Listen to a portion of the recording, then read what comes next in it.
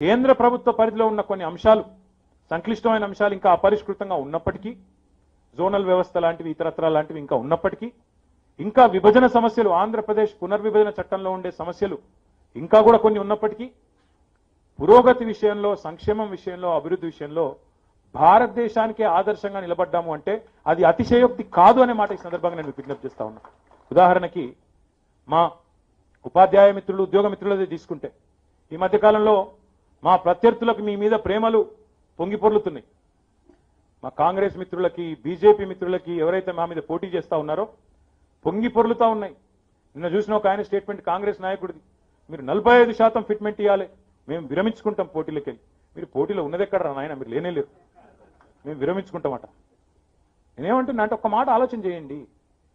భారతదేశంలో ఏదైనా రాష్ట్రంలో కాంగ్రెస్ పాలిత రాష్ట్రంలో కానీ బీజేపీ పాలిత రాష్ట్రంలో కానీ ఎక్కడైనా ఉద్యోగ మిత్రులకి ఉపాధ్యాయ మిత్రులకి 43% ఫిట్మెంట్ ఇచ్చిన ఘనత ఏ రాష్ట్ర ప్రభుత్వానికైనా ఉన్నదా? ఏ కాంగ్రెస్ ప్రభుత్వానికైనా ఏ బీజేపీ ప్రభుత్వానికైనా?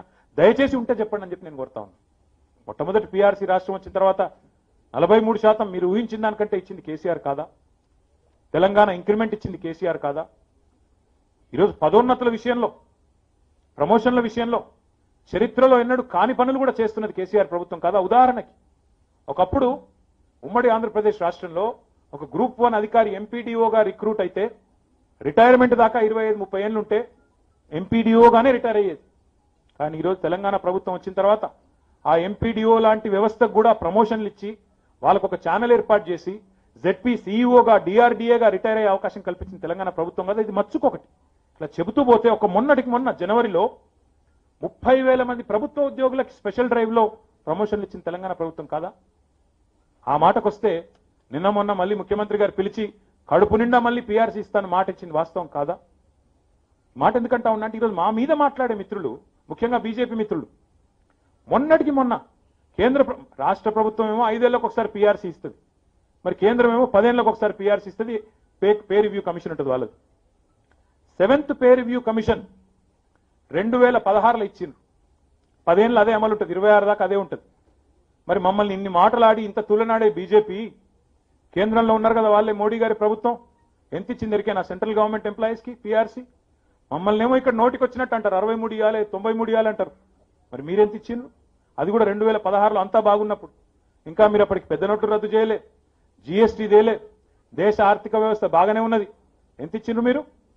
కేవలం 14% మాత్రమే. మరి ఇలా 14% ఇచ్చినోడు వచ్చి 43% ఇచ్చిన గవర్నమెంట్ను పట్టుకొని నువ్వు ఉద్యోగి వ్యతిరేక ప్రభుత్వం అంటే మేమేమనాలి? నవ్వాలనా ఏడవాలనా? ఆలోచించాలి మిత్రులు. ఉపాధ్యాయులు కానీ ఉద్యోగులు కానీ మాట్లాడుతున్నప్పుడు అవతల వాళ్ళు మాట్లాడే మాటలకి ఆ మాటల్లో ఉన్న చిత్తశుద్ధి కానీ ఆ మాటల్లో ఉన్న నిజాయితీ కానీ దయచేసి చూడాలి. మాటల్లోనే కాదు వారి చేతల్లో వాళ్ళకి ఎంత చిత్తశుద్ధి ఉన్నదో కూడా దయచేసి ఆలోచించాలని చెప్పి నేను కోరుతా ఉన్నా. నేను ఇంకొక మాట కూడా ఈ సందర్భంగా విజ్ఞప్తి చేస్తా ఉన్నా. నేను ఒక్కొక్క వర్గానికి ఉద్యోగులకు ఉపాధ్యాయులకు ఏం చేసినో నేను చెప్తా. ఒక్కడంటే ఒక కాంగ్రెస్ మిత్రుడు, ఒకడంటే ఒక బీజేపీ మిత్రుడు వారి పరిపాలన జరుగుతున్న రాష్ట్రంలో కానీ గతంలో పరిపాలించినప్పుడు కానీ మాకంటే మెరుగ్గా చేసినామని కానీ మాకంటే మెరుగ్గా ప్రవర్తించినామని కానీ చెప్పగలరా అని నేను అడుగుతా ఉన్నా. ఈరోజు ఉదాహరణకి న్యాయవాదుల విషయమే తీసుకుంటే న్యాయవాదుల విషయంలో భారతదేశంలో ఏ ముఖ్యమంత్రి చేయని విధంగా ఏ ముఖ్యమంత్రి ఆలోచించిన విధంగా మనతో పాటు కలిసి భుజం కలిసి ఉద్యమంలో నడిచిన మిత్రులకు అండగా ఉండాలనే సదుద్దేశంతో ఒక 100 కోట్ల సంక్షేమ నిధిని పెట్టి వారందరినీ వారి కుటుంబంలోని ప్రతి కుటుంబ సభ్యుడికి వైద్య సదుపాయం కల్పించి వైద్య బీమా కల్పించి ఎక్కడైనా ఒక న్యాయవాది ప్రమాదవశాత్తు చనిపోతే వారికి కూడా 10 లక్షల యాక్సిడెంట్ ఇన్సూరెన్స్ కల్పించిన ఏకైక ప్రభుత్వం భారతదేశంలో తెలంగాణ ప్రభుత్వం కాదా? న్యాయవాద మిత్రులకు అండగా నిలబడి 100 కోట్ల నిధిని ఏర్పాటు చేసిన ప్రభుత్వం భారతదేశంలో ఇంకెక్కడన్నా ఉన్నదా? ఇది వాస్తవం కాదా నేను చెప్పేది? కాదంటారా బీజేపీ మిత్రులు కాంగ్రెస్ మిత్రులు? మీ పరిపాలన జరుగుతున్న ఏ రాష్ట్రంలోనైనా ఒక ఫండ్ ఉందా మీ అడ్వకేట్ల కోసం మా జర్నలిస్టు మిత్రుల కోసం? 100 కోట్ల సంక్షేమ నిధిని పెట్టుకున్నాం మన రాష్ట్రంలో.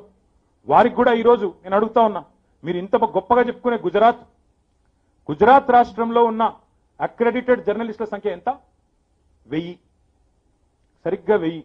మనకంటే భౌగోళికంగా చాలా పెద్ద రాష్ట్రం తమిళనాడు, అక్కడ ఉన్న అక్రెడిటెడ్ జర్నలిస్టుల సంఖ్య ఎంత? 2,500. అత్యధికంగా అక్రెడిటెడ్ జర్నలిస్టులు ఉన్నది ఎక్కడ ఈరోజు భారతదేశంలో? తెలంగాణలో 19,000 మంది జర్నలిస్టులు ఉన్నారు. ఇది వాస్తవం కాదా? ఆ అక్రెడిటెడ్ జర్నలిస్టులందరికీ హెల్త్ ఇన్సూరెన్స్ కానీ వారికి సంబంధించిన వారు ఒకవేళ ఇన్కెపాసిటేట్ అయినా వారి కోసం అండగా నిలుస్తూ వారి కుటుంబాలను కూడా ఆదుకుంటున్న తెలంగాణ ప్రభుత్వం కాదా? ఎవరన్నా జర్నలిస్టు వృత్తి నిర్వహణలో మరణిస్తే వారి కుటుంబానికి అండగా నిలబడుతున్నది తెలంగాణ ప్రెస్ అకాడమీ కాదా? ఇది వాస్తవం కాదని నేను చెప్పేది. ఎక్కడన్నా ఈ పరిస్థితి కాంగ్రెస్ పాలిత రాష్ట్రంలో, బీజేపీ పాలిత రాష్ట్రాల్లో ఉన్నదా? ఆలోచించమని చెప్పి నేను కోరుతా ఉన్నా. అది మాత్రమే కాదు, తెలంగాణలోని విద్యారంగానికి సంబంధించి విచిత్రమైన మాటలు మాట్లాడుతున్నారు. తెలంగాణలోని విద్యార్థులను రెచ్చగొట్టే విధంగా మాటలు మాట్లాడుతున్నారు. మొన్న ఆయన బీజేపీ అభ్యర్థి రామచంద్రరావు గారు నాకు ఒక బహిరంగ సవాల్ విసిరిండు. నువ్వు రా తెలుసుకుందాం ఆర్ట్స్ కాలేజ్కి అన్నాడు. ఇప్పుడు నాకేం తెలుసు, మేమేమో మామూలు యూనివర్సిటీలో చదువుకున్న వాళ్ళం. నేను ఉస్మానియాలో చదువుకున్నా, మా నిజాం కాలేజీలో చదువుకున్నా, ఉస్మానియా యూనివర్సిటీ విద్యార్థిని. నేనేమనుకున్నా, చదువుకుంటే మన పిల్లలందరూ మనమందరం కూడా ఉస్మానియానో, మహాత్మా గాంధీో, కాకతీయనో, పాలమూరో, శాతవాహననో ఇక్కడ చదువుకున్న వాళ్ళం, తెలుగు యూనివర్సిటీలో ఇంకోటో. వాళ్ళేమో అక్కడ ఆ యూనివర్సిటీ కాడ ఉంటామన్నారట. నాకు తెలియదు. నేనేమనుకుంటా అంటే ప్రపంచం అంతా కూడా కొడై కూస్తున్నది ఏంటంటే బీజేపీ అనేది మొత్తం అందులో పనిచేసే విద్యార్థులు కానీ, అందులో పనిచేసే మిత్రులు కానీ వాళ్ళందరూ చదువుకున్న యూనివర్సిటీ వేరే ఉన్నది. దాని పేరు వాట్సాప్ యూనివర్సిటీ. ఆయననేమో ఆర్ట్స్ కాలేజ్ ముంగట కూర్చొని పోజులు కొడుతున్నాడు ఆయన. నేను అడుగుతున్నా ఈరోజు రామచంద్రరావు గారిని, అయ్యా పెద్ద పెద్ద మాటలు, పెద్ద పెద్ద డైలాగులు, మీరు న్యాయవాది కదా. ఇంకా హాస్యాస్పదమైన మాట ఏంటంటే ఆయన అంటాడు, నియామకాల మీద చర్చిద్దామా, తెలంగాణ యూనివర్సిటీలకు వీసీలు లేరు దాని మీద చర్చిద్దామా. నేను అడుగుతున్నా, ఈరోజు తెలంగాణ వచ్చినాక వైస్ ఛాన్సలర్ నియమించలేదా ఈ రాష్ట్ర ప్రభుత్వం? బరాబర్ నియమించినాం. ఉస్మానియా యూనివర్సిటీకి ఎక్కడైతే మీరున్నారో మొన్నటిదాకా రామచంద్రయ్య గారు అక్కడ యూనివర్సిటీ వైస్ ఛాన్సలర్, పక్కనే ఉన్న జేఎన్టీయూకి ఒక మంచి వ్యక్తి వేణుగోపాల్ రెడ్డి గారిని నియమించుకున్నాం. ఎక్కడ కూడా రాజకీయాలకు తావు లేకుండా, స్వపక్షం విపక్షం అనే అంతరం లేకుండా ఉన్నత విద్యావంతుల్ని, విద్యావేత్తల్ని మాత్రమే టీఆర్ఎస్ పార్టీ సంస్కారవంతంగా వైస్ ఛాన్సలర్లుగా 5 ఏళ్లు వాళ్ళకి అవకాశం ఇచ్చింది. మేము మీలాగా రాజకీయాలు చేయలేదు. వైస్ ఛాన్సలర్ల నియామకంలో కూడా రాజకీయం మేము చేయలేదే. మీరు చూడండి, హైదరాబాద్ సెంట్రల్ యూనివర్సిటీ ఏమైంది? మీ వైస్ ఛాన్సలర్లు రాజకీయాల్లో తలదూర్చడం వల్ల అల్టిమేట్ గా అక్కడ రోహిత్ వేముల అని ఒక పిల్లగాడు చచ్చిపోయే పరిస్థితి వచ్చింది, ఆత్మహత్య చేసుకునే పరిస్థితి వచ్చింది. నేను చెప్పేది వాస్తవం కాదా? మీలాగా వైస్ ఛాన్సలర్ల నియామకాలను కూడా దుర్మార్గంగా రాజకీయాల కోసం టీఆర్ఎస్ వాడుకోలేదు. మేము విద్యావంతుల్ని, ఉన్నత విద్యావంతుల్ని వైస్ ఛాన్సలర్లుగా నియమించుకున్నాం. మధ్యలో ఏమైనా గ్యాప్ వస్తే ఐఏఎస్ అధికారులు, సీనియర్ ఐఏఎస్ అధికారులు ఇన్ఛార్జీలుగా ఉన్నారు. అంతేగాని విద్యారంగాన్ని భ్రష్టు పట్టించారు, పట్టించుకోలేదు అని మీరేదైతే చిల్లరమల్లల ఆరోపణలు చేస్తున్నారో అవి పూర్తిగా అసంబద్ధం, అర్ధరహితమని మళ్ళొకసారి నేను మీ అందరు కూడా విజ్ఞప్తి చేస్తా ఉన్నా, మీ ద్వారా వారికి కూడా విజ్ఞప్తి చేస్తా ఉన్నా. ఒక్క మాటలో చెప్పాలంటే విద్యారంగానికి తెలంగాణ ప్రభుత్వం ఏం చేసిందో చెప్పాలి అంటే, తెలంగాణ ప్రభుత్వం ముఖ్యంగా కేసీఆర్ గారి నాయకత్వంలో ఒక సంస్కారవంతమైన ప్రభుత్వంగా, సంస్కారం ఉన్న ప్రభుత్వంగా కింది స్థాయి నుండి అంగన్వాడీ నుంచి మొదలు పెడితే పీజీ స్థాయి దాకా అన్ని రకాలుగా విద్యార్థులకు అండగా నిలబడ్డది. ఎట్లా అంటారా, ఈరోజు ఒక అంగన్వాడీకి పోయే పిల్లోడికి లేదా అమ్మాయికి బాలామృతం ద్వారా చక్కటి పౌష్టికాహారం అందించడమే కాదు, వాటి ప్రమాణాలు పెంచింది టీఆర్ఎస్ ప్రభుత్వం. అంగన్వాడీల జీతాలు పెంచి వారికి కూడా, అంగన్వాడీ ఆయా కావచ్చు, వర్కర్ కావచ్చు, టీచర్ కావచ్చు, వారికి కూడా జీతాలు పెంచి వారి గౌరవాన్ని నిలిపింది టీఆర్ఎస్ ప్రభుత్వం. పిల్లల్ని బాగా చూసుకునే విధంగా వారిని ప్రోత్సహించింది టీఆర్ఎస్ ప్రభుత్వం. అదేవిధంగా ప్రభుత్వ బడికి పోతే, ఇక్కడ మా టీచర్ మిత్రులు చాలా మంది ఉన్నారు, మన ప్రభుత్వం రాకముందు, కేసీఆర్ ప్రభుత్వం రాకముందు పిల్లలకి మధ్యాహ్న భోజనం పెట్టేది దొడ్డు బియ్యంతో. ఏదో పెట్టినమా అంటే పెట్టినమా అన్నట్టు మొక్కుబడిగా బువ్వబెట్టిన కుసంస్కార ప్రభుత్వాలు మీవి. కానీ తెలంగాణ వచ్చిన తర్వాత ఒక సంస్కారవంతమైన ప్రభుత్వం కాబట్టే ఈరోజు ముఖ్యమంత్రి మనమడు మనమరాలు ఏ సన్న బియ్యంతో బువ్వ తింటారో అదే సన్న బియ్యంతో మన పేదింటి బిడ్డల కడుపు నిండా ప్రభుత్వ బడుల్లో బువ్వ పెట్టింది కేసీఆర్ ప్రభుత్వం కాదా? నేను చెప్పేది అవాస్తవమా?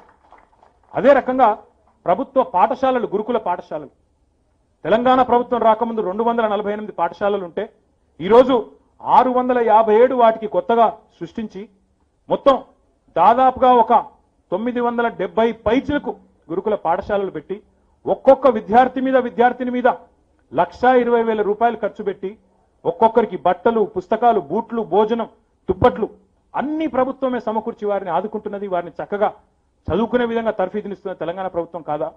ఆ పిల్లలు నీట్లో, ఐఐటీలో, ఐఐఎంలో, ఎంసెట్లో సీట్లు కొడుతుంటే గర్వపడవలసింది తెలంగాణ సమాజం కాదా? నేను చెప్తున్నది అవాస్తవమా? 4,32,000 మంది పిల్లలకి ఈ రకంగా విద్యాబుద్ధులు అందిస్తున్నది కేసీఆర్ ప్రభుత్వం కాదా? కేసీఆర్ ప్రభుత్వం వచ్చిన తర్వాతనే గురుకుల పాఠశాలల్లో రిక్రూట్మెంట్ జరగలేదా? దాదాపు 1000 మంది టీచర్ల కొలువులు రాలేదా? అసలే పట్టించుకోలేదు, ఏమీ చేయలేదు అన్న చెప్తున్నాడు, గుర్తు చేస్తున్నాడు. అదే పాఠశాలలు, గురుకుల పాఠశాలల నుండి వచ్చిన పిల్లలు పూర్ణ గాని, ఆనంద్ గాని వారు ఎవరెస్ట్ శిఖరాన్ని అధిరోహించి మన తెలంగాణ ప్రతిష్టను అక్కడ దాకా తీసుకొని పోలేదా? ఇది చెప్పింది వాస్తవం కదా? అది మాత్రమే కాదు, ఒక పిల్లోడు కానీ పిల్ల కానీ ఈరోజు బడి దాటిన తర్వాత కాలేజీకి పోతానంటే 18 లక్షల మంది పిల్లలకు పోస్ట్ మెట్రిక్ స్కాలర్షిప్లు ఇస్తున్నది తెలంగాణ ప్రభుత్వం కాదా? వారి మీద వందల వేల కోట్ల రూపాయలు ఖర్చు పెట్టడం లేదా? ఇంకొద్దిగా చదువుకొని మెట్రిక్ దాటిన తర్వాత ఇంటర్మీడియట్ దాటిన తర్వాత డిగ్రీ చదువుకుంటా ఇంజనీరింగ్ చదువుకుంటా అంటే పోయిన 6 ఏళ్లలో 12,800 కోట్ల రూపాయలు, ఒకటి కాదు రెండు కాదు 12,800 కోట్ల రూపాయలు ఫీజు రీయింబర్స్మెంట్ రూపంలో ఆ బీద పిల్లలకి, ఎస్సీ కావచ్చు బీసీ కావచ్చు అగ్రవర్ణాల్లో ఉండే పేదలు కావచ్చు, వారికి చెల్లించింది కేసీఆర్ ప్రభుత్వం కాదా? ఇది విద్యారంగం పట్ల మా చిత్తశుద్ధి కాదా? అదేవిధంగా ఈ పిల్లలు కనుక డిగ్రీ చదివిన తర్వాత మేము పోస్ట్ గ్రాడ్యుయేషన్ చేస్తాం, బయటికి పోతాం, అవసరమైతే విదేశాలకు పోయి ప్రపంచంతో పోటీపడే పౌరులుగా తయారైతామంటే భారతదేశం లెక్కన ఉన్నదా ఒక programme? Ambedkar overseas scholarship, Mahatma Jyotiba Phule scholarship, Swami Vivekananda scholarship పేరిట ఒక్కో పిల్లోడికి ఒక్కో అమ్మాయికి 20 లక్షల రూపాయలు ఇచ్చి విదేశాలకు కూడా విద్యను అభ్యసించే విధంగా పంపుతున్న ప్రభుత్వం భారతదేశంలో నీ కాంగ్రెస్ పాలిత రాష్ట్రం కానీ బీజేపీ పాలిత రాష్ట్రం కానీ ఒక్కటంటే ఒకటి ఉన్నదా? చూపెడతావా? సమాధానం చెప్తారా?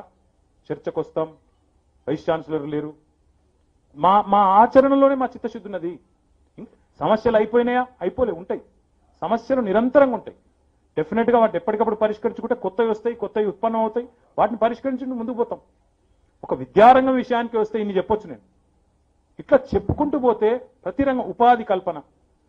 ఒక ఆయన అంటాడు కేసీఆర్ ఇంటికో ఉద్యోగం ఇస్తా అన్నాడు, మండలానికి కూడా ఒక ఉద్యోగం ఇయ్యలే అని ఒక ఆయన అంటాడు. కేసీఆర్ గారు ఇంటికో ఉద్యోగం ఎక్కడ ఇస్తా అన్నారో చెప్తావా అంటే ముఖం చాటెత్తాడు, మళ్ళీ పారిపోతాడు. దిక్కుమాలిన వీడియోలు, నేను ఉత్తగానే వాట్సాప్ యూనివర్సిటీ అని ఉన్నది లేనట్టు లేనిది ఉన్నట్టు సృష్టించుడు, దాన్ని మళ్ళా వాట్సాప్లల్లా సోషల్ మీడియాలో తిప్పుడు, అదే డబ్బల రాళ్ళే చూపినట్టు దబ్బడబ్బడబ్బ మళ్ళీ సపోర్ట్ వచ్చినట్టు చేసుడు, అన్ని దాన్ని నమ్మబలికేటట్టు చేసి మసిపూసి మారేడు కాయ చేసి మొత్తానికి ఆగమాగం చేసి గందరగోళంలో. ఇంగ్లీష్లో ఒక సామెత ఉన్నది, if you cannot convince confuse. Convince చేయలేకపోతే తర్కంతో కన్ఫ్యూజ్ చేసే అయోమయాన్ని సృష్టించి, ఇది వాళ్ళ విధానం. మన విధానం అది కాదు. ఏం చేసినామో చెప్తున్నాం, ఇంకా చేయవలసింది ఉంటే ఇక ఫలానా దూరం పోవాలి, ఇంత దూరం పోవాలి, ఇది చేయాలని చెప్తున్నాం. ఈరోజు ఉపాధి కల్పన విషయమే వస్తే మా తెలంగాణలోని నిరుద్యోగ మిత్రులు, తెలంగాణలోని విద్యావంతులు అర్థం చేసుకోవాల్సిన ఒక మాట, ప్రపంచంలోని ఏ ప్రభుత్వము కూడా అందరికీ, ఆ రాష్ట్రంలో ఆ దేశంలో ఉండే నిరుద్యోగులందరికీ విద్యావంతులందరికీ ప్రభుత్వ కొలువులు కల్పించే పరిస్థితి ఒక తెలంగాణలో కాదు, ఎక్కడ ఉండదు. తెలంగాణలో ఉండదు, ఆంధ్రాలో ఉండదు, ఉత్తరప్రదేశ్లో ఉండదు, గుజరాత్లో ఉండదు, అమెరికాలో కూడా ఉండదు. 1% జనాభాకు మాత్రమే, ఒక అందాజు చొప్పున ఒక లెక్క తీసుకుంటే అప్రాక్సిమేట్ గా 1% జనాభాకు మాత్రమే ప్రభుత్వ రంగంలో కొలువులు కల్పించే అవకాశం ఉంటుంది. ఉదాహరణకి తెలంగాణ తీసుకుంటే 4 కోట్ల జనాభా అనుకుంటే మన ఉద్యోగాలు దగ్గర దగ్గర 4-4.5 లక్షల మధ్యలో ఉంటాయి. అంతకు మించి ప్రభుత్వ రంగంలో కొలువులు కల్పించే పరిస్థితి ప్రపంచంలో ఎక్కడ కూడా ఉండదు. మరి మన ప్రభుత్వం వచ్చిన తర్వాత 1-2 కాదు, 1,32,799 ఉద్యోగ నియామకాలకు సంబంధించి నేను మొన్న ఒక శ్వేతపత్రం విడుదల చేసిన. టీఎస్పీఎస్సీ ద్వారా 32,000 ఉద్యోగాలు, పోలీస్ రిక్రూట్మెంట్ బోర్డు ద్వారా 32,000 ఉద్యోగాలు, జెన్కో సింగరేణి లాంటి సంస్థల ద్వారా, అగ్రికల్చర్ డిపార్ట్మెంట్, పంచాయతీరాజ్ డిపార్ట్మెంట్ లాంటి ప్రభుత్వ శాఖల ద్వారా 1,32,799 ఉద్యోగాలు చేసినాం, మేము నియమించినామంటే ఆ రోజు నుంచి ఈ మాటలు బంద్ అయినాయి. ఏ మాటలు? మండలానికి ఉద్యోగం ఇయ్యలే, ఊరికొక ఉద్యోగం ఇయ్యలే అని చెప్పిన సొల్లు పురాణం బంద్ అయింది. కొత్త క్యాసెట్ ఇస్తున్నారు. ఇప్పుడు ఏమంటారు? అవు కరెక్ట్, అవి ఇచ్చిండ్రు కానీ ఖాళీలు ఉన్నాయి, వాటి సంగతి ఇస్తారు, అది కూడా ఇస్తారు, బరాబర్ ఇస్తారు. కానీ మా మీద మాట్లాడేటోళ్ళు మీ నీతి ఏంది మరి? మా మీద ఉత్తమ్ కుమార్ రెడ్డి గారు మాట్లాడతారు. అయ్యా ఉత్తమ్ కుమార్ రెడ్డి గారు, మాకంటే ముందున్నది మీరే. 2004 నుంచి 14 వరకు మీ ప్రభుత్వమే ఉండే, 10 ఏళ్ళు ఉండే మీరు. ఆ 10 ఏళ్లలో ఉమ్మడి ఆంధ్రప్రదేశ్లో మీరు చేసిన ఉద్యోగ నియామకాలు ఎన్ని? ఆంధ్రప్రదేశ్ పబ్లిక్ సర్వీస్ కమిషన్ ద్వారా ఉమ్మడి ఆంధ్రప్రదేశ్లో ఇదే కాంగ్రెస్ ప్రభుత్వం, ఇదే ఉత్తమ్ కుమార్ రెడ్డి గారు మంత్రిగా ఉన్న ప్రభుత్వం చేసిన మొత్తం ఉద్యోగ నియామకాలు 24,048 మాత్రమే. అందులో తెలంగాణ వాటా 42% అనుకుంటే మనకొచ్చిన ఉద్యోగాలు ఆనాడు కాంగ్రెస్ ప్రభుత్వంలో 10 ఏళ్లలో 10,000 ఉద్యోగాలు మాత్రమే. అంటే ఏడాదికి 1,000 ఉద్యోగాలు ఇచ్చిన నువ్వే గంత ఎగిరెగిరి పడితే మరి ఏడాదికి 22,000-23,000 ఉద్యోగ కల్పన చేసిన టీఆర్ఎస్ ప్రభుత్వం ఏమనాలి నిరుద్యోగులని, విద్యార్థులను ఉద్దేశించి? నోటికి ఎటుపడతాడు మాట్లాడుడేనా? 14% ఫిట్మెంట్ ఇచ్చినోడు 43% ఫిట్మెంట్ ఇచ్చినోడు తిడతాడు. ఏడాదికి 1000 ఉద్యోగాలు ఇచ్చినోడు ఏడాదికి 22-23 ఉద్యోగాలు కల్పించిన వాళ్ళ మీద దాడి చేస్తాడు. దీన్ని ప్రముఖంగా అదేదో గొప్ప విషయం అన్నట్టు దాన్ని మళ్ళా మన దానిలో చర్చ పెట్టి తిమ్మిని బమ్మిని చేసి కేసీఆర్ ఏదో చేస్తలేడు, ఈ ప్రభుత్వం ఏదో పని చేస్తలేదు అన్నట్టు మళ్ళీ దానికి ఒక వాతావరణ కల్పన. ఇది ఎంతవరకు సమంజసం ఆలోచన చేయండి. ఇంకోటి నేను ఇందాక అన్నాను, ప్రభుత్వ రంగంలో కొన్ని ఉద్యోగాలు ఉంటాయి, మిగతా ఉద్యోగాలు మరి మిగతా వాళ్ళ పరిస్థితి ఏంది? మిగతా వాళ్ళ పరిస్థితి ఏంది అంటే ప్రపంచంలో ఏ ప్రభుత్వం అయినా చేసినట్టు పెట్టుబడులకు పెద్దపీట వేస్తూ ప్రైవేట్ రంగంలో పెట్టుబడులను ఆహ్వానిస్తూ ముందుకు రండి, మీరు కూడా కలిసి రండి అని చెప్పి పెట్టుబడిదారులను ఆహ్వానించడానికి ఒక పారదర్శకమైన విధానం తీసుకొని రావాలి. అందుకే టీఎస్ ఐపాస్ తెచ్చుకున్నాం. ఆ టీఎస్ ఐపాస్ ద్వారా ఈరోజు ఇప్పటి వరకే ఈ 6 ఏళ్లలో 15,000 పైచీలకు అనుమతులు ఇచ్చుకున్నాం. అందులో 11,000 పరిశ్రమలు ఇప్పటికే గ్రౌండ్ అయినాయి. నేను చెప్పింది వాస్తవమా కాదో ఇంకో మాట కూడా నేను చెప్తా. 11,000 పరిశ్రమలు గ్రౌండ్ అయినాయి. గ్రౌండ్ అయిన తర్వాత ఇప్పటికే ప్రత్యక్షంగా ఒక 15 లక్షల మందికి ఉపాధి అవకాశాలు సృష్టించుకోగలిగాం. అందులో నైపుణ్యం ఉన్న వాళ్ళు, ఆ నైపుణ్యాన్ని సంతరించుకున్న వాళ్ళు ఎవరైనా కూడా అందుకుంటా ఉన్నారు. నేను చెప్పింది వాస్తవమా కాదా అనడానికి ఇంకొక దీనికి లింక్డ్ ఉదంతం కూడా ఉంది. తెలంగాణ వచ్చినాడు మన రాష్ట్రంలో ఉన్న విద్యుత్ కనెక్షన్లు మొత్తం 1,10,00,000 మాత్రమే. ఈరోజు 6 ఏళ్లలోనే 60 ఏళ్లలో 1,10,00,000 విద్యుత్ కనెక్షన్లు ఉంటే ఈ 6 ఏళ్లలోనే 50 లక్షల అదనపు విద్యుత్ కనెక్షన్లు వచ్చినాయి అంటే పారిశ్రామికీకరణ కూడా దానికి తోడైంది అనే మాటను దానికి సుదాహరణంగా నేను మీకు విజ్ఞప్తి చేస్తా ఉన్నా. ఈరోజు పర్ క్యాపిటల్ కన్సంప్షన్ లో విద్యుత్ రంగంలో భారతదేశంలోనే అగ్రభాగాన ఉన్నది తెలంగాణ. జనరల్ గా మానవాభివృద్ధి సూచికల్లో విద్యుత్ వినియోగం అనేది అక్కడ ఆయా ప్రాంతం యొక్క జీవన ప్రమాణాలతో ముడిపెట్టి చెప్తారు. తెలంగాణ ఈరోజు భారతదేశంలోనే ఎలక్ట్రిసిటీ పర్ క్యాపిటల్ కన్సంప్షన్ లో టాప్ లో ఉంది అంటే అది మన అభివృద్ధికి సంకేతం కాదా అని నేను అడుగుతా ఉన్నా. ఉపాధి అది కూడా డిక్లేర్ చేసింది మనం కాదు, మన సర్టిఫికేట్ కాదు, అది కేంద్ర ప్రభుత్వం కేంద్ర విద్యుత్ శాఖ ఇచ్చిన సర్టిఫికేట్. అది ఇది కూడా వాస్తవమంటారా? ఇది కూడా అభివృద్ధి జరగలేదంటారా?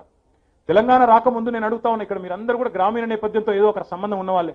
నేను అడుగుతున్నా, తెలంగాణ రాకముందు ఊళ్ళలో ఎవరైనా చచ్చిపోతే మన సంబంధించిన వాళ్ళు బంధువో లేకపోతే మిత్రుడో చనిపోతే మనమే కాదా ఫోన్ చేసింది ఆనాడు కరెంట్ వాళ్ళకు, అయ్యా బాయికాడికి పోతున్నాం, అంత్యక్రియలకు పోతున్నాం, ఒక 20 నిమిషాలు కరెంట్ ఇరా నాయన అని బతిమలాడుకున్న రోజులు మర్చిపోదామా? ఇలా ఉన్నది ఆ పరిస్థితి తెలంగాణలో. ఒకనాడు కరెంటు, ఆనాడు తెలంగాణ రాకముందు కరెంటు ఉంటే వార్త, ఈరోజు కరెంటు పోతే వార్త. వాస్తవమా కాదా ఆలోచించమని చెప్పి మిత్రులను కోరుతా ఉన్నా. నిన్నగాక మొన్న ఒక పారిశ్రామికవేత్తల సమావేశానికి పోయినా నేను. వాళ్ళు చెప్తా ఉన్నారు, అక్కడ ఒక పెద్ద ఆయన వచ్చి, సార్ కేసీఆర్ గారి వల్ల ఆనాడు ఉమ్మడి రాష్ట్రంలో ఆంధ్రప్రదేశ్లో వారానికి 3 రోజులు పవర్ హాలిడే ఉంటే కేసీఆర్ గారి నాయకత్వంలో ఆయన నాయకత్వ దక్షత వల్ల ఈరోజు రోజుకి 3 షిఫ్టులు నడుపుతా ఉన్నా సార్. నేను మా కార్మికులు, నా మీద ఆధారపడ్డ కార్మికులు కడుపు నిండా భోజనం చేస్తున్నారు 3 పూటలా అంటే దానికి కేసీఆర్ దక్షత కారణం అని చెప్పిన మాట వాస్తవం కాదా? ఈరోజు ఇన్ని మాటలు మాట్లాడతారు. మీరు గుజరాత్ మోడల్ అంటారు. మీ గుజరాత్ లో ఎన్ని గంటల కరెంట్ ఇస్తున్నావు రైతులకు? 8 గంటలు మాత్రమే ఇచ్చేది మీరు కరెంటు రోజుకి, దానికి కూడా యూనిట్కు 80 పైసలు. మరి ఈరోజు తెలంగాణలో 24 గంటల ఉచిత విద్యుత్తు వ్యవసాయానికి ఇస్తున్న ఏకైక రాష్ట్రం తెలంగాణ కాదా భారతదేశంలో? నేను చెప్పేది వాస్తవం కాదా? వ్యవసాయానికి ఇంత ఊతమిచ్చిన ముఖ్యమంత్రి కేసీఆర్ కాదా? మనకు వ్యవసాయ కుటుంబాలతో సంబంధం లేదా? 75 ఏళ్లు రేపు ఆజాదీకి అమృత్ మహోత్సవ్ అని చెప్పి ఒక కార్యక్రమాన్ని కేంద్ర ప్రభుత్వం ప్రారంభించింది 75 ఏళ్లు నిండుతున్న సందర్భంగా. మరి 75 ఏళ్లలో ఎంతో మంది ప్రధానమంత్రులు, ఎంతో మంది ముఖ్యమంత్రులు పరిపాలించినారు ఈ దేశంలో. మరి ఎవరికి రాని ఆలోచన, రైతుకు పెట్టుబడి అందించాలి, పెట్టుబడి సాయం చేయాలనే ఆలోచన కేసీఆర్ వచ్చేంత వరకు ఎవరికి రాకపోయినేమో ఎందుకో? ఇది నేను చెప్పేది వాస్తవం కాదా? రైతు బంధు వచ్చినాకనే కదా ఒక పిఎం కిసాన్ అని కాపీ కొట్టి, ఒక కాలియా అని కాపీ కొట్టి 11 రాష్ట్రాలు అమలు చేస్తున్నమాట వాస్తవం కాదా? కేంద్రం కాపీ కొట్టింది వాస్తవం కాదా? రైతు బీమా పెట్టిన ఏకైక నాయకుడు కేసీఆర్ కాదా? ఈరోజు రాష్ట్రంలో ఉండే రైతు ఎవరైనా సరే ఏ కారణం చేత మరి చనిపోయినా ఆ కుటుంబం రోడ్డు మీద పడద్దని చెప్పి 5 లక్షల బీమా, జీవిత బీమా ఇచ్చింది ఎల్ఐసి ద్వారా కేసీఆర్ కాదా? నేను చెప్పేది అవాస్తవమా? చెప్పుకుంటూ పోతే ప్రతి వర్గంతో ఎవరితోనైతే మాకు పేగుబంధం ఉందో వారందరినీ కడుపులో పెట్టి చూసుకున్నాం 6 ఏళ్లు తప్ప ఎక్కడా కూడా గ్యాప్ వచ్చే విధంగా మనం చేయలేదు. మరి మా మీద ఇన్ని మాటలు మాట్లాడుతున్న మిత్రులు, నేను మీ అందరిని కూడా ఆలోచించమని కోరుతా ఉన్నా. మా మీద రోజు దాడి. మనమేమో ఇంతమందిని, ఇన్ని వర్గాలను 200 రూపాయల పెన్షన్ వచ్చే వృద్ధ మహిళలకు ఈరోజు తెలంగాణలో కేసీఆర్ వచ్చిన తర్వాత 10 రెట్లు పెరిగి 2000 రూపాయల పెన్షన్ వస్తలేదా? ఆసరాగా నిలబడతలేదా? ఒకప్పుడు కొడుకు దగ్గర చేయి జాపి పైసలు అడుక్కున్న పెద్దావిడ ఈరోజు మనవడికి ఒక 10 రూపాయల చేతులు పెట్టి బిస్కెట్ కూడా తెచ్చుకోపో అని చెప్పే ఒక ఆత్మగౌరవాన్ని ఇచ్చింది కేసీఆర్ కాదా? ఈ మాట అంటే తప్ప? చెబుతూ పోతే ఇంకో గంట సేపు చెప్పొచ్చు నేను. ఒక పేదింటి ఆడబిడ్డకు కళ్యాణ లక్ష్మి రూపంలో సాయం చేసినా ఇట్లా చెప్పాలంటే ఇంకా 100 ఉన్నాయి స్కీములు. నా విజ్ఞప్తుల్లో ఒకటే, మీతో ఆలోచించమని కోరేది ఒకటే. మరి మమ్మల్ని ఇంత మాట్లాడతారు. ఇప్పుడు నేను చెప్పిన మీ ముంగట ఇన్ని పనులు చేసినామని చెప్పిన, ఇంకా చెప్పమంటే ఇంకో గంట చెప్తా, బోరు కొడుతుంది మీకు. ఎందుకంటే తిట్టకపోతే, గట్టిగా మాట్లాడకపోతే మీకు కూడా బోరు కొడుతుంది. మా మీడియా వాళ్ళు అయితే అసలు చూపెట్టరు. వాళ్ళకి ఏంటంటే మనిషిని కుక్క గరిస్తే వార్త కాదు, కుక్కను మనిషి గరిస్తేనే వార్త. మరి వాళ్ళ గురించి, మా మీద ఎగిరెగిరి పడుతున్న వాళ్ళ గురించి కూడా చెప్పాలి కదా. ఇప్పుడు మమ్మల్ని గింత అంటున్నారు. మరి బీజేపీ వాళ్ళు ఓ ఆహా ఓహో ఈహా ఓహో అని తెల్లారు లేస్తే బొబ్బా లొల్లి దేశం కోసం ధర్మం కోసం మాట్లాడతారు. మరి నేను అడుగుతున్నా ఈరోజు మిత్రుల్ని, ఎన్ని మాటలు మాట్లాడినారు మీరు? ఇదే ప్రధానమంత్రి నరేంద్ర మోడీ గారు 2013 సంవత్సరంలో ఆనాడు అప్పటి ప్రధానమంత్రి మన్మోహన్ సింగ్ గారిని ఎట్ట తులనాడిండు? ఏమన్నాడు ఆనాడు? आपकी सरकार नाकाम सरकार है, आपकी सरकार बेकार सरकार है, आपकी नाकामी से మీ చాతగాంతనం వల్ల సిలిండర్ ధరలు పెరుగుతున్నాయి, పెట్రోల్ ధరలు పెరుగుతున్నాయి, డీజిల్ ధరలు పెరుగుతున్నాయి, దిగిపో మన్మోహన్ సింగ్ అని ఆనాడు చెప్పింది మోడీ గారు కాదా? ఇంకేమన్నాడు ఆనాడు? ఓటుకు పోయేటప్పుడు, ఓటింగ్కు పోయేటప్పుడు, పోలింగ్కు పోయేటప్పుడు ఇంట్లో ఉండే సిలిండర్కు దండం పెట్టుకొని పొండి అని చెప్పింది మోడీ గారు కాదా? మర్చిపోదామా? యూట్యూబ్లో కొడితే వీడియోలు వెళ్ళాయా? పంపమంటే నేను కూడా వాట్సాప్ యూనివర్సిటీ దగ్గర తీసుకొని మీకు కూడా పంపిస్తా. నేను చెప్పేది అవాస్తవమా? మరి ఈరోజు ఏమైంది? మోడీ గారు వచ్చినప్పుడు ఎంత గ్యాస్ సిలిండర్ ధర? 414 రూపాయలు. ఇయ్యాలెంత? 900 రూపాయలు, 950 రూపాయలు. మరి ఇప్పుడేవనికి మొక్కాలి? సిలిండర్కు మొక్కాలనా? మోడీ గారి నోరుకు మొక్కాలనా? ఎవరికి మొక్కిపోవాలి ఓటేస్తందుకు? అందుకే నేను అంటున్న, విద్యావంతులారా, పట్టభద్రులారా, ఆలోచన చేయండి. మీరు పొరపాటున బీజేపీకి ఓటేస్తే పెంచిన పెట్రోల్ ధరలను, పెంచిన సిలిండర్ ధరలను, పెంచిన డీజిల్ ధరలను పరోక్షంగా మీరు ఆమోదిస్తున్నారని తెల్లారి నుంచి ఇంకా పెంచే ప్రమాదం ఉన్నది. 1000 2000 అయినా ఆశ్చర్యం లేదు. ఆలోచించుకోవడానికి విజ్ఞప్తి చేస్తా ఉన్నా. ఆషామాషిగా తీసుకోకండి, ఆలోచించుకోండి. ఏమన్నారు ఆనాడు మోడీ గారు? మిత్రో, आप सभी लोग जन धन खाता खोलो, मैं धन धन 15 लाख देता हूं అన్నాడా లేదా? అనలేదా? మరి ఎంతమందికి వచ్చినాయి? 15 లక్షలు. నాకైతే వచ్చినాయి 15 లక్షల తిట్లు వచ్చినాయి. నేనేమంటున్నా అంటే, చెప్తా, ఎట్టు పడితే చెప్తా, అడిగేటోడు లేడు. ఇదేనా లెక్క? మరి నేను అడగన్నా? నేను అడిగినా రోజు రామచంద్రరావును, అవునా బిజీగా ఉన్నా, నీ దగ్గరికి రాలేకపోయిన చర్చకు, ఎందుకంటే 15 లక్షల రూపాయలు బాగా మందికి వేసారు కదా, లెక్కలు దొరుకుతలేవు నాకు అని చెప్పిన నేను. ఏమన్నాడు మోడీ గారు ఆనాడు? 2 కరోడ్ లోగోంకు హర్ సాల్ రోజ్గార్ దేంగే, ఉద్యోగం ఇస్తారు 2 కోట్ల మందికి ప్రతి సంవత్సరం అన్నాడు. మరి 6 ఏళ్ళ 12 కోట్ల ఉద్యోగాలు ఏవి? ఈ మాట నేను అడగలే, ఓ ప్రెస్ మిత్రుడు అడిగిండు మొన్న మోడీ గారిని. ఏదో కాన్ఫరెన్స్ ఎన్నో మోడీ గారు ప్రెస్ మీట్ పెట్టారు కదా, అందుకే ఎన్నో పట్టుకున్నాడు. మొత్తానికి పట్టుకొని అడిగిండు, సార్ మీరు 2 కోట్ల ఉద్యోగాలు అన్నారు కదా, సంవత్సరానికి ఏడవాయని. ఆయన ఏమంటాడు ఎరికేనా? अब आप एक दफ्तर जाते हो, एक होटल जाते हो, बाहर आपको एक पकौड़ी बंडी वाला दिखेगा, वो भी दिन में 400 कमाता है, वो ले जाके अपने बीवी बच्चों की देखभाल करता है, क्या वो रोजगार नहीं है क्या? అంటే మరి పకోడీలు వేసుడు తప్పు కాదు, మిర్చి బజ్జీలు వేసుడు తప్పు కాదు, ఛాయమ్ముడు తప్పు కాదు, ఇడ్లీ బండి పెట్టుకుంటే తప్పు కాదు. ఎవరి కుటుంబాన్ని వాళ్ళు పోషించుకునేందుకు స్వయం ఉపాధి కోసం గౌరవంగా ఏ పని చేసినా మనం స్వాగతించవలసిందే. కానీ అది మన అకౌంట్లో వేసుకుంటే తప్పు కదా? ఇప్పుడు మరి అట్లంటే నా ఖాతాల కింద హరిత ప్లాజా ముంగట ఐస్ క్రీమ్ బండి ఉన్నాడు, బఠానీలు అమ్మట ఆయన ఉన్నాడు, పల్లీలు అమ్మట ఆయన ఉన్నాడు, చిక్కీలు అమ్మట ఆయన ఉన్నాడు. వాళ్ళందరికీ ఇప్పుడు మన తెలంగాణ ప్రభుత్వం ఉద్యోగాలు కల్పించిందని నేను కూడా చెప్పాను. లెక్కలు మరి ఒప్పుకుంటారా? అందుకే మొన్న ఒక పెద్ద ఆయన చెప్పినాడు, నాకు మంచి మాట చెప్పినాడు. ఏమన్నాడంటే, వీళ్ళ పని ఎట్లుందంటే, బాత్ కరోడోమే కామ్ పకోడోమే. మాటలేమో కోట్లల్లా, చేతలేమో పకోడీలలో ఉంటాయి. ఈ మాట అంటేనేమో కోపం వస్తుంది వాళ్ళకు, దేశం కోసం ధర్మం కోసం. నేను అడుగుతున్నా ఈరోజు, ధర్మం కోసం, దేశం కోసం, జాతీయవాదం. నేను తెలంగాణ జాతి కాదా? ఈ తెలంగాణ దేశంలో లేదా? నేను అడుగుతున్నా సూటిగా. జాతీయవాదంలో తెలంగాణ జాతి ప్రయోజనాలు లేవా? తెలంగాణ కోసం ఎన్ని మార్లు విజ్ఞప్తి చేసినా, భారతదేశంలో కొత్త ఎడ్యుకేషనల్ ఇన్స్టిట్యూట్లు మంజూరైనప్పుడు ఎన్నిసార్లు విజ్ఞప్తి చేసినా ఒక్కటంటే ఒక్కటి ఇవ్వలేదే. 6 ఐఐఎంలు మంజూరైనాయి భారతదేశంలో మోడీ గారు వచ్చిన తర్వాత. తెలంగాణకు వచ్చిన ఎన్నో తెలుసా? 0. భారతదేశంలో కొత్తగా 82 నవోదయ పాఠశాలలు మంజూరైనాయి ఎన్డీఏ ప్రభుత్వంలో. తెలంగాణకు వచ్చిన ఎన్నో ఎరికేనా? 0. భారతదేశంలో కొత్తగా 5 ఎన్ఐటీలు నేషనల్ ఇన్స్టిట్యూట్ ఆఫ్ డిజైన్లు మంజూరైనాయి. మనం అడుగుతూనే ఉన్నాం మాకొక టీఎండీ అని. ఉన్న ఒకటి ఆంధ్రప్రదేశ్కు తరలించినారు పునర్విభజన చట్టంలో, కాబట్టి మాకొక టీఎండీ అని అడిగితే వచ్చిన ఎన్నో తెలుసా? 0. భారతదేశంలో కొత్తగా ఐసర్లు 2 ఐసర్లు వచ్చినాయి. మాకు కూడా ఒక ఐసర్ అనే ఇన్స్టిట్యూట్, సైన్స్ కి సంబంధించిన ఇన్స్టిట్యూట్, మాకు కూడా ఒక టీఎండీ అంటే ఎన్ని వచ్చినాయో ఎరికేనా? 0. సైనిక్ పాఠశాలలు అక్కడ కోరుకొండలో ఒకటి ఉన్నది, ఉమ్మడి ఆంధ్రప్రదేశ్లో ఒకటే ఉండే, మాకో టీఎండీ అని అడిగితే ఇప్పటివరకు ఎన్ని వచ్చినాయో ఎరికేనా? 0. మొన్నటికి మొన్న 157 మెడికల్ కాలేజీలు మంజూరైనాయి. మనకెన్ని వచ్చినాయో తెలుసా? 0. నేను అడుగుతున్నా ఈరోజు, ఏమీ ఇయ్యా తెలంగాణ విద్యార్థుల నోట్లో మట్టు కొడతా, ఇక్కడ పిల్లలకు అవకాశాలు ఇయ్యా, ఇక్కడ ఇన్స్టిట్యూట్లు ఇయ్యా అనే బీజేపీకి మనమెందుకు ఓటు ఇయ్యాలి? మనమెందుకు ఆలోచన చేయాలి? ఆలోచించండి. నేను చెప్పేది అక్షర సత్యమా కాదా తెలుసుకోండి. నేను చెప్పేది వాస్తవం కాకపోతే చెప్పమని అడుగుతా ఉన్నా. చూడండి, మీరు ఒకసారి ఆలోచన చేయండి. బుల్లెట్ ట్రైల్ అంటారు. ఏడికి వస్తుంది బుల్లెట్ రైలు? ఢిల్లీకి వెళ్ళి ముంబై పోతుంది, ఆడికెళ్ళి పోతుంది, గుజరాత్ మీదకి వెళ్ళి పోవాలి. బుల్లెట్ రైలు ఆడికే పోతుంది. హై స్పీడ్ రైలు అందులో సచ్చిన హైదరాబాద్ ఉండదు, కిందికి అరసలే పోదు రైలు, పైకే. మరి ఎందుకు మనం ఎందుకు జాతి ప్రయోజనాల్లో జాతీయవాదంలో తెలంగాణ జాతి ప్రయోజనాలు లేవా? తెలంగాణ బాగుపడితే దేశం బాగుపడ్డట్టు కాదా?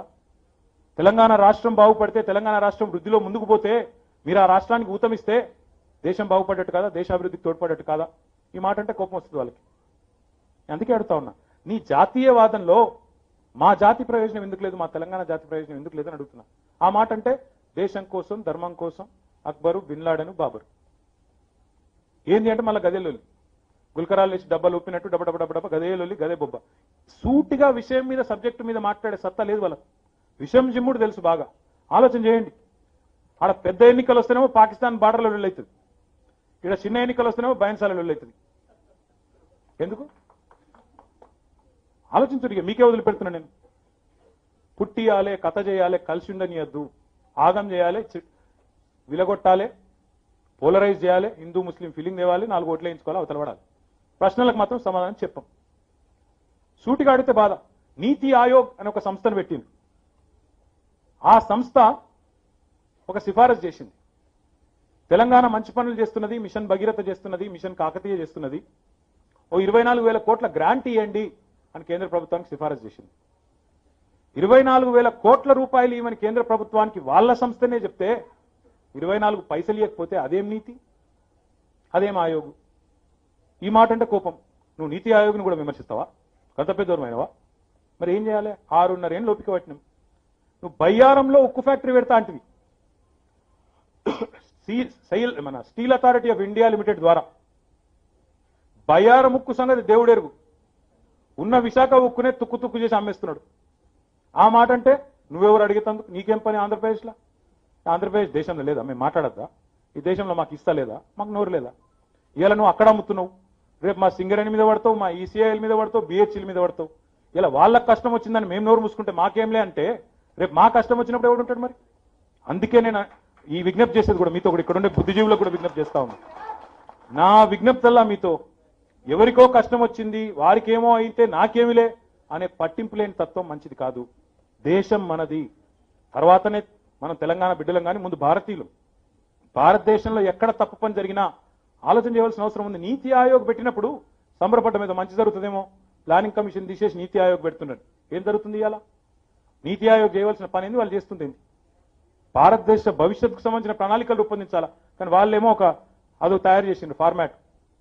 100 ప్రభుత్వ రంగ సంస్థలను అమ్మడం ఎలా, 30 రోజుల్లో 100 సంస్థలు అమ్ముడు ఎట్లా, అది రూపొందిస్తున్నది నీతి ఆయోగ్. ఇదా మీ పని?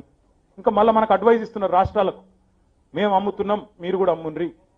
అమ్ముడు విషయంలో కూడా ఎంత దారుణం అంటే, ఐడిపిఎల్ అనే ఒక సంస్థ ఉండే ఇక్కడనే మన హైదరాబాద్. దానివల్లనే హైదరాబాద్లో ఇలా bulk drugs industry, pharmaceutical industry వచ్చింది. అందులోకెళ్ళి అంజిరెడ్డి గారు లాంటి పెద్ద మనుషులు అందరూ, డాక్టర్ రెడ్డిస్, ఇంకా ఇతరత్ర సంస్థలు పెట్టిన వాళ్ళందరూ అందులోకెళ్ళి వచ్చిన వాళ్ళు. ఆ ఐడిపిఎల్ అనే సంస్థ మూలపడ్డది, ఇట్లనే ఖతం చేసిండ్రు, అయిపోయింది. అయిపోయినాక మొన్న ఉత్తరం వచ్చింది మనకు 2 నెలల కిందట. ఐడిపిఎల్ పెట్టినాడు అప్పటి రాష్ట్ర ప్రభుత్వం ఆ సంస్థకు భూములు ఇచ్చింది. రాష్ట్ర భూములు అనేది ల్యాండ్ అనేది స్టేట్ సబ్జెక్ట్. మనం భూములు ఇచ్చినాం. మన కేంద్ర ప్రభుత్వం ఉత్తరం రాస్తుంది మనకేమని తెలుసా, మేము ఐడిపిఎల్ భూములు అమ్మేస్తున్నాం మార్కెట్లో పెట్టి, మీరు కొనుక్కుంటే కొనుక్కోవచ్చు. ఇది మన భూములు మనమే కొనుక్కో అన్నట్టు. ఇప్పుడు మళ్ళా హిందుస్థాన్ కేబుల్, ఇంకా చాలున్నాయి అట్లాంటి దుకాణాలు. ఇక చెప్తే ఇంకా చాలున్నాయి బాస్. ఇప్పుడు బిఎస్ఎన్ఎల్ అనే సంస్థ ఉండే, ప్రైవేటీకరణ జరగకముందు, ఈ టెలికాం రంగంలో ప్రైవేట్ సంస్థలు రాకముందు వాళ్ళు ఒక్కరే ఉండే పాపం దేశంలో. గుర్తున్న ఆంధ్రం చిన్నప్పుడు ట్రంకాలు బింకాలు చేసుకుంటాం, ఐఎస్డీలు ఎస్టీడీలు అవన్నీ ఉండే ఒకప్పుడు. పీపీ ఉండే, పక్కింటి ఫోన్ వచ్చే పెద్ద కత్తుండే అప్పుడు. ఇప్పుడేమో ఇక్కడ మా కూర్చున్న ప్రతి అన్నకు తమ్మకు 2 ఫోన్లు ఉంటాయి. వీళ్ళందరూ వచ్చినాక ఈ బిఎస్ఎన్ఎల్ ఎందుకని చెప్పి 80,000 మందిని తీసుకుపోయి రోడ్డు మీద పడేసింది. అడిగేటోడు లేడు. 80,000 మంది బిఎస్ఎన్ఎల్ ఉద్యోగులకు గోల్డెన్ హ్యాండ్ షేక్, మను షేక్ అని చెప్పి ఖతం చేసి పారేసింది. అడిగేటోడు లేడు. బ్యాంకులు లాభాల్లో ఉన్న వాటిని కూడా ఈరోజు ప్రైవేటీకరణ. అందుకే అంటా ఉన్నా, ఇలా వైజాగ్ కు జరిగింది, రేపు మనకు జరుగుతుంది. కాబట్టే ముందు చూపుతోనే, ఆ ముందు ఆలోచనతోనే మనం ఒక ఆలోచన చేస్తా ఉన్నాం తప్ప వేరే ఉద్దేశం కాదు. తప్పకుండా రేపు సింగరేణి నెంబర్ కూడా పడతారు వీళ్ళు. సింగరేణి కానీయం, ఎట్టి పరిస్థితులు ఏం చేయని, అది వేరే విషయం. కానీ కాకపోతే వీళ్ళు కంపల్సరీ దాని నెంబర్ కూడా పడతారు. అందుకే ఆలోచనతోని వివేకంతో వ్యవహరించాల్సిన అవసరం ఉంది. ఇలా విద్యావంతులు ఆలోచించాలి.